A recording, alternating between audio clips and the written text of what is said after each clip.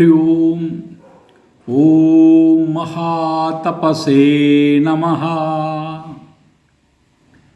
மகாதபஸ், பெரும் தவத்துக்கு சொந்தக்காரன் யாரோ அவரை இங்கே மகாதபஸ் என்று சொல்லப்படுகிறார். என்றால் சிறந்த ஞானம் உள்ளவராக யார் இருக்கிறாரோ அவரை இங்கே மகாதபஸ் என்று சொல்லப்படுகிறது.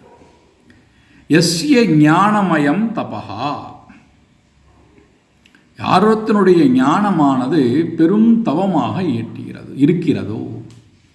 பகவான் உலகத்தை படைக்கின்ற நேரத்திலே சோகாமயத பகுஸ்யாம் பிரஜாயே ஏதி சதபோ தப்யத சதபஸ்தப்த்வா.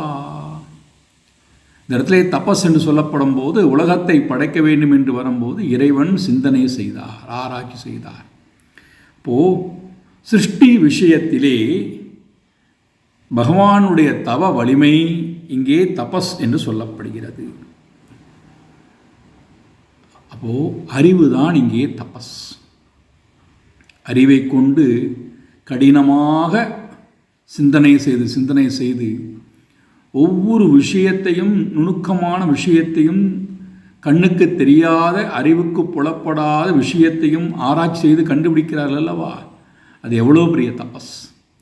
அந்த கண்டுபிடிப்பு தான் பெரும் உதவியாக உலகத்தில் இருக்கக்கூடிய எல்லா ஜீவராசிகளுக்கும் பயனுள்ளதாக இருக்கிறது.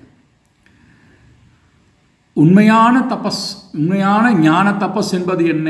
அறிவை கொண்டு ஆராய்ந்து கொண்டே போய் அறிவுக்கும் அறிவாக இருக்கின்ற அந்த பரம்பொருளை அறிவால் அடைய முடியாது, அறிவை விட்டால் அடைய முடியும் என்று அறிந்து கொள்கிறார் அல்லவா, அதுதான் ஞானமயம் தபஸ். அந்த ஞானமயம் தவமாக இறைவன் இருக்கின்ற காரணத்தினாலே நாமும் முதலில் அறிவு நிலைக்கு உயர்வோம்.